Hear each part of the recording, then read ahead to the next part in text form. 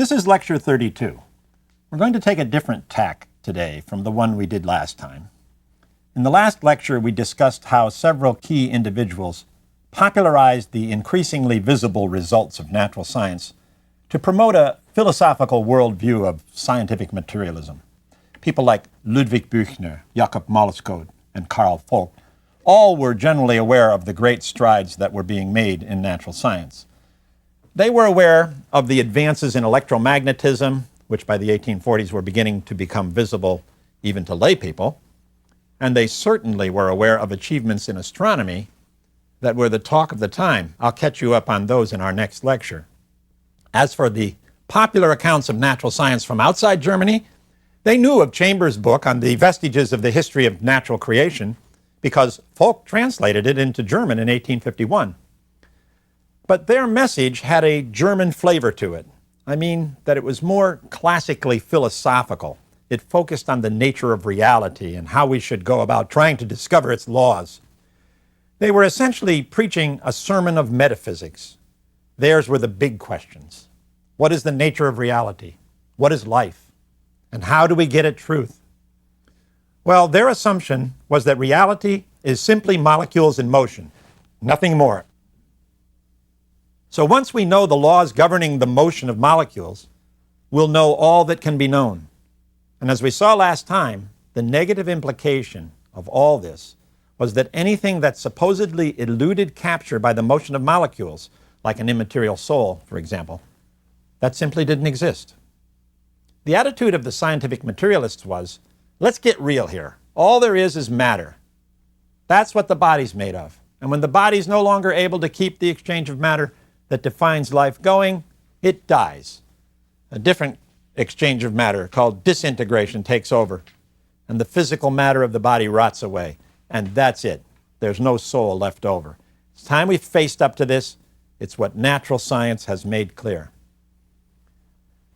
And we also saw that this attitude of the scientific materialists about getting real was just one example of a broader mood in European society after mid-century. This whole period has been called the Age of Realism. What we want to do today is to see how this attitude of realism both benefited and challenged scientists as they pursued deeper knowledge of matter, as they sought to become clear about the laws of molecules in motion that the scientific materialists felt held the keys to the future. We're going to see that it wasn't quite as straightforward as Büchner and the others imagined it to be. There would be some unexpected obstacles lying in the path to knowledge of molecular motion. For example, the scientific materialists assumed that the laws they envisioned, the ones that would someday be discovered and give us ultimate knowledge of nature, these laws would be like the laws of nature uncovered so far. The ideal for those laws were the ones Newton had discovered for the heavens. But what if that kind of law simply couldn't be achieved where matter was concerned? So that's our agenda for today, to see how this pursuit about the laws of matter played out. To accomplish that, however, I need to do what we've occasionally done before in this series. That is, I'm going to back up a bit and review for you what had been achieved since we talked about the nature of matter last. That was back in Lecture 6 when we dealt with the chemistry of Lavoisier. In the era after Lavoisier, that is, in the early 19th century, there were already hints that the laws of matter might be different from those Newton had found for the heavens. That's not to say that the investigators of the time weren't trying to find Newton's kind of law for, say, chemical affinity. Affinity described the way one kind of matter reacted with certain other kinds, but not with just any matter. In the 18th century, much of chemistry was dominated by what historians have called the Newtonian dream. The idea was to discover the mathematical force laws for other disciplines, like Newton had for celestial mechanics. What he'd done was to find what forces were involved, and then he discovered mathematical expressions for them. So where Newton had described the laws governing the gravitational force between heavenly bodies, chemists should likewise find the laws governing chemical forces, the forces matter exhibited when chemical reactions took place. Now, the assumption was that these forces would be very short-range forces. They wouldn't be acting over much of a distance, since they would be acting between the parts of matter, the parts of the chemical reagents that were brought together when an interaction occurred. But I have to tell you that this effort to realize the Newtonian dream in chemistry, it came up short in the 18th century. Yes, there were new tables of affinity drawn up and a few general attempts to define something called stoichiometry, measuring the quantitative proportions or mass ratios in which chemical elements stood to one another. But in spite of various attempts to quantify short-range chemical forces, no one had been successful in uncovering a general result as the century came to a close. There were just too many different kinds of reactions. Were you supposed to come up with a different force law for every possible reaction? Then the game changed. Chemists in France and England began to pursue a different agenda in chemistry at the turn of the 19th century. And it was because they began asking a basic question about how chemical substances combined. The question was, when chemical substances combine to form a composite, do they always combine in the same proportions? Or can the proportions vary? In France, the question produced a debate. On the one side stood a chemist named Joseph Proust, who asserted that when two chemical substances combined, the proportions were fixed. On the other side was Claude Berthollet. He argued that chemical substances could combine in an infinite variety of proportions to produce composites with different properties. Now, this may sound to you like a simple question to decide. Just try various substances and see. But the debate was in fact not that easy to resolve. You see, Berthollet appealed mainly to substances in solution, while Proust illustrated his claims with solid substances. So Berthollet seemed to be able to demonstrate his case, but so did Proust. Which of them was right in general? Over in England, a few years later, a Quaker named John Dalton became fascinated with a related question. It had to do not with solids or liquids, but gases. Dalton got to thinking about the different gases that made up the atmosphere. Why did they remain mixed together instead of separating out in layers? It's an intriguing question. Back in the 18th century, Lavoisier had wondered about that too. He'd asked himself whether, in fact, there were various levels into which common air, as he called it, might separate out into various components over height. Well, in order to explain why he thought the components of air remained mixed, Dalton came up with an idea. Suppose the gases that made up common atmospheric air were each composed of particles, and suppose these particles repelled themselves selectively. That is, the particles of each kind of gas repelled themselves, but they didn't repel the particles of other gases. So the particles of oxygen repelled other oxygen particles, and the particles of nitrogen repelled other nitrogen particles. That would indeed provide a vehicle for mixing up all the particles of the various gases present. It would result in a mixture that would stay mixed. With this general approach to gases, that is, that they're made up of particles, Dalton decided he'd extend this approach to all elementary chemical substances. It might give him a way to determine the number and weight of elementary chemical substances when they entered into combination. So he started with a well-chosen group of reactions. He knew that sometimes you could get different compounds from the same elementary substances, depending on how much of the substances you used. So he studied such cases, and he came to the conclusion that the proportions in which elementary substances combined were in fact fixed. Not only so, he found that in many cases, the proportions were simple multiples of one another. Let me give you an example. Dalton found that two different compounds, ethylene and methane, were both formed when carbon and hydrogen combined. But when he went the other way, when he took the ethylene and methane apart, he got twice as much hydrogen from the methane for a given quantity of carbon than he did from the ethylene.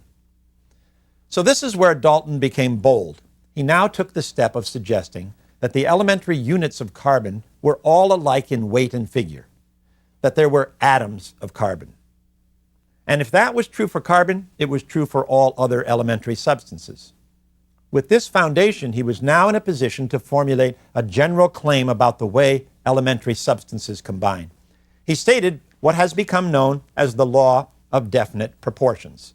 That law says that the number of combining atoms of the different elements form simple, definite ratios when they form compounds. So when atoms combine to form compounds, they don't do so in a haphazard way. No, only certain numbers of one atom combine with certain numbers of other atoms. With this result in hand, Dalton was now able to determine the relative weights of the atoms that combined. For example, he believed that water was made of one atom of hydrogen and one of oxygen. And when you dissociated water into these two gases, you found that the oxygen you got weighed 7 times the hydrogen. So an oxygen atom must weigh 7 times a hydrogen atom. Now, these were early results. They don't conform to the present-day relative weights we have for oxygen and hydrogen. But that's not the important point here. What is important is that Dalton had taken chemistry in a new direction. He'd abandoned pursuing the Newtonian dream. He was not trying to quantify the force mechanism involved in chemical reactions. It's not that he'd given up trying to bring a quantitative dimension to chemistry.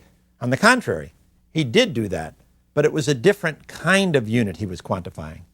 It wasn't the forces involved, it was the relation among the amounts of elementary substances that reacted to form compounds. This new direction began to bear additional fruit over the course of the century. One way a new idea can show its merit is when it generates healthy debate as the idea is pushed by others. In this case, there appeared new ideas in atomic theory in France and in Italy that created a difference of opinion. In France, Joseph Gay-Lussac argued, based on experiments, that when gases act on one another, as they do, for example, when water forms from the combination of hydrogen and oxygen, then the volumes of the combining gases will exhibit simple ratios. In the case of the formation of water, he found that 2 volumes of hydrogen combined with 1 volume of oxygen. Now, Dalton objected to this claim of simple ratios by volume. He'd reasoned that you could determine the relative weights of elementary substances, but he'd assumed that the sizes of their atoms were not equal. It seemed to him that Gay-Lussac's result required that these sizes be at least proportional to each other, an idea he refused to entertain. Why would they have to be proportional? There were several points, in fact, at which Dalton's assumptions and the work of Gay-Lussac didn't mesh. But things were helped along a bit by the work of Amedeo Avogadro in Italy. He suggested that gases are not necessarily made up of single atoms, as everyone seemed to be assuming. They might be composed of 2 or more similar atoms united into what he called a molecule. Dalton was not won over. He opposed this idea since Avogadro hadn't explained what held the so-called diatomic molecules together without causing the gas to condense. But Avogadro nevertheless concluded that equal volumes of gases under the same conditions possess equal numbers of molecules, a law that still bears his name. Avogadro's law may be something we recognize today, but it wasn't something widely accepted at the time. Recall that many still regarded heat during these years as one of nature's imponderable elementary substances, albeit not a gross material substance like oxygen. It would take some time before all these conclusions were sorted out. In fact, it wasn't until much later in the century, after the concept of caloric had been abandoned. Then, as we'll see in a moment, it was the physics of gases that claimed widespread interest. There was another aspect of chemistry that I need to mention. It has to do with a question that paralleled the one we examined from this era about forces. Recall that many had asked whether there might be one basic force of which all the others were derivative forms. Ørsted had even suggested that the fundamental force was likely chemical. The comparable question for matter was whether there was a basic element. Perhaps nature had one fundamental particle, and the rest were all built from it. It was in the second decade of the century that the English physician William Prout suggested that the atom of hydrogen was the true fundamental particle. The atoms of all other elements were combinations of different numbers of hydrogen atoms. This implied that atomic weights should be whole multiples of hydrogen's weight, a result that early on seemed confirmed by Dalton's law of definite proportions. If elementary substances combined according to definite ratios, then didn't it make sense that the reason was because there was a fundamental unit that combined in the different ratios?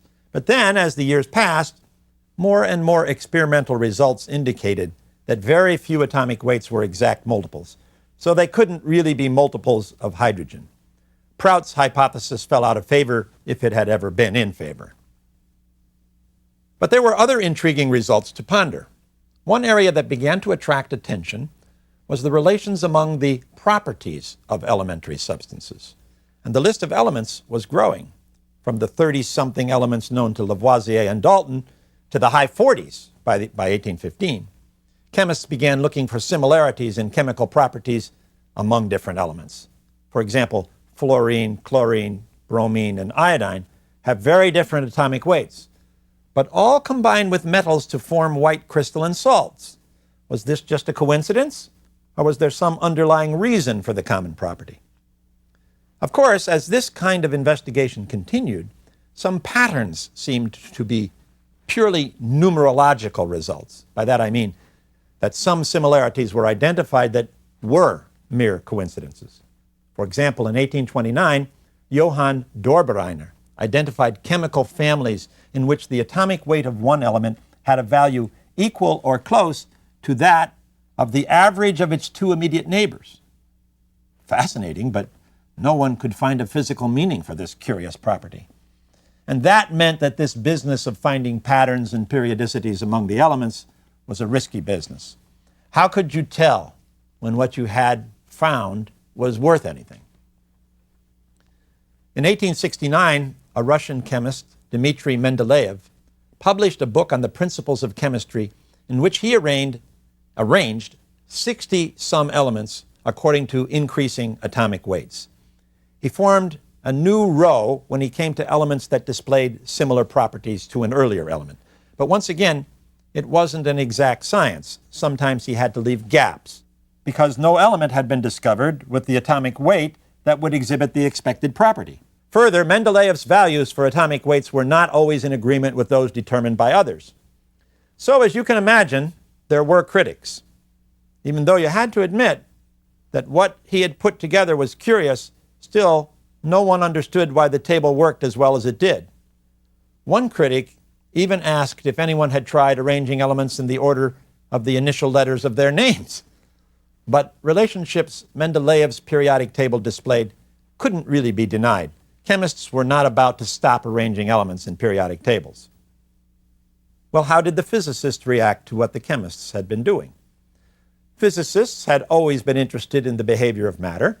By the middle of the 19th century, their attention was focused on something called the kinetic theory of gases. The kinetic theory of gases is the explanation of properties of gases based on the assumption that atoms and molecules move freely through space and are not confined to motions of vibration around fixed positions. It brought chemical atomic theory together with physics, and it added yet another instance of extending physics beyond the classical Newtonian outlook. Chemists had let go of the Newtonian dream by turning their attention away from the pursuit of short-range forces. Physicists working on the kinetic theory of gases would find that their techniques would also move well beyond what Newton had envisioned. In this connection, we once again encounter the work of Rudolf Clausius, whom we met in Lecture 30. He was a key figure in the development of kinetic theory. I didn't tell you much about Clausius when we discussed his treatment of Carnot and Joule. Let me rectify that now at least a little. He was born the son of a minister in a region of Prussia that is now part of Poland. As a student, he thought about studying history, but decided eventually to pursue a degree in physics and mathematics. He got his doctoral degree in 1848 from Halle University and worked on the mechanical motion of the particles of gases in connection with his studies in thermodynamics in the early 1850s. Like James Joule, He was convinced of the mechanical theory of heat, that the heat of an object was due to the motion of elementary particles that made it up. What Clausius wanted to explore, however, was the motion of the particles. In particular, what more can we know about it? How can we describe it? Most everyone had assumed that the motion of particles that caused heat was not a free motion of the particles through space. It was conceived of as vibrational motion. And that was true even for the motion of molecules in a gas. There were a few before 1850 who pursued the idea that molecules in a gas moved freely, that they had the kinetic motion of translation. But these ideas didn't capture much attention. Now, as I mentioned, Clausius adopted a kinetic theory of gases in the early 1850s in conjunction with his work on thermodynamics. But it wasn't until 1856, when a German chemist named Koenig published a rough depiction of the motion of gas molecules, that Clausius was spurred into action. It was just the kind of question Clausius had been working on for some time. So a year later, in 1857, he published what became a fundamental paper on the subject. It was entitled On the Nature of the Motion We Call Heat. Clausius agreed with Koenig that gas molecules moved freely through space at constant velocity until they struck other molecules or the sides of their container. But Clausius took this mechanical model of the motion of gas particles more seriously than had Koenig. I mean that Clausius noted that just because you gave molecules free movement of translation through space, that didn't mean that they also didn't have other motions as well. The molecules were rotating and even oscillating with respect to each other.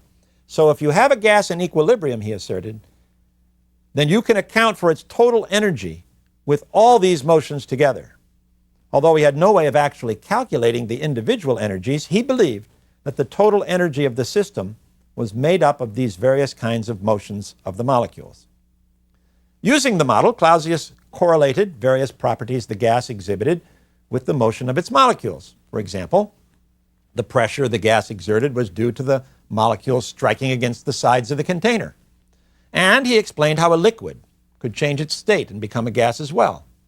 Here's how he did that. He said that even though the average speed of the molecules was too slow for them to overcome the attractive forces of other molecules and escape from the liquid surface, some individual molecules moved exceptionally fast and did escape from the liquid surface. In 1860, a Scottish physicist named James Maxwell contributed to the further development of kinetic theory. In an important paper, Maxwell developed further this idea of an average speed of the molecules. He applied the emerging mathematical study of statistical variation to kinetic theory. And with this move, Maxwell helped to lay the groundwork for changing how scientists might have to think about nature. Oh, it would take some time before the implications would settle in. But using statistics to describe nature carried with it the implicit claim that maybe, at least in some of its aspects, nature was more accurately depicted statistically than with the kinds of equations we're used to seeing. I'll come back to this at the end of the lecture. Right now, let me say a little more about what Maxwell did. Maxwell was aware of the law of normal distribution that had been developed by Carl Friedrich Gauss in Germany. You know the law I'm talking about. We all do. It's the famous bell-shaped curve that shows the frequencies of the deviations from an average value. Students know this curve from the frequencies of grades on an exam. The middle of the curve, the top of the bell, represents the average. That's where most of the individual values fall. But around that mean, there are distributed other values that deviate from the average. How far they deviate, the width of the bell shape, measures what's called the standard deviation. Gauss had worked this out a little earlier in the century. So what Maxwell proposed was this. He suggested that the speeds of molecules in gases were similar, not identical, but similar to Gauss's law. So in a gas, you have molecules that are moving at various speeds that hover around an average. And according to Maxwell's distribution, when they collided elastically with each other, they continued to move at different speeds. The collisions, in other words, didn't tend to make all the speeds equal, as you might expect. Of course, this idea of Maxwell's was not something that lent itself to easy verification. How can you measure the speeds of individual molecules to check it? So even though Maxwell's proposal became part of kinetic theory, it was not until the 20th century when experimental proof was obtained. What's really interesting to me here is that the success of kinetic theory contributed to the introduction of a new style of thinking about nature. The work of Clausius, Maxwell, and others showed that the dream of the scientific materialists would have to be modified. That dream assumed that if we knew the laws about nature's fineness, as Büchner once put it, then we'd be in a position to predict everything that would happen. Why? Because everything in nature was determined by nature's laws. It was a dream that went back to Laplace's vision of a world machine that ground on forever. Laplace felt that once the laws had been discovered for all aspects of this machinery, then we'd know everything about it, even what was to come next. In a famous passage, Laplace envisioned a mind who knew all these laws. Presumably, as a deist, he was talking about God, who knew the cosmos. But anyway, here's how he imagined how God knew things. This mind stood, incidentally, this law, as the ultimate goal humans should aspire to. First, he established cause and effect. We ought, he wrote, to regard the present state of the universe as the effect of its previous states and as the cause of the one to follow. Then he went on to describe the all-knowing mind.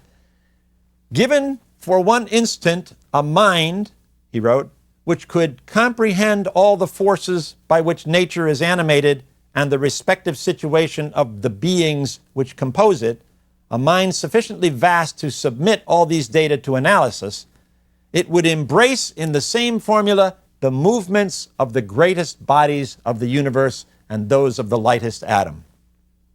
For Laplace, and for many after him, the motions of the molecules of gases were thought to be governed by exact laws. Well, Laplace then finally drew the conclusion that this kind of knowledge of nature implied. For such a mind, he said, nothing would be uncertain, and the future as the past would be present to its eyes.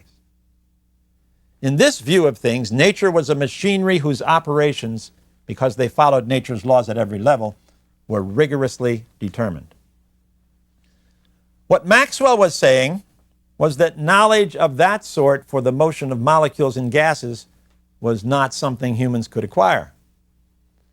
But all was not lost. We could aspire to knowledge of the average speed of the molecules. We could acquire knowledge of the whole, even if we could not know about each individual part.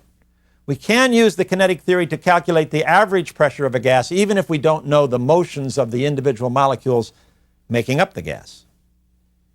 But how seriously are we to take this statistical description of nature? Is it just something that we have to settle for because we can't get at the real knowledge Laplace described? Or could we imagine the statistical description in some sense is the real description of nature? Maybe nature is more accurately depicted as the average of individual processes, none of which are individually predictable. If so, then nature is no longer best envisioned as a well-oiled machinery that always gives the same output when presented with the same input. The outputs vary around a mean. To see nature this way does not, of course, mean that nature is chaotic. Nature remains regular, but in an overall sense. While nature's regularity is guaranteed overall by the statistical law, individual outputs can't be predicted with complete accuracy. And that has a fascinating implication.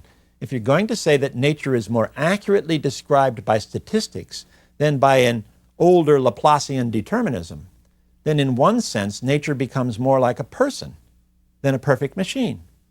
Why? Because people are in general reliable, but they also deviate from regularity. The bottom line here is that if natural scientists are beginning to take statistics seriously as the means to depict physical processes, then the old, completely deterministic order announced by Laplace back in Lecture 2, in which a perfect Newtonian mind could know all of nature with certainty, that has been replaced. Of course, that's what will happen, but it will take further developments in quantum theory to make it crystal clear later in the century and in the 20th century. We'll touch on that in our last lecture. In our next lecture, we'll turn to the realm of astronomy, where we'll learn more lessons of both pride and humility.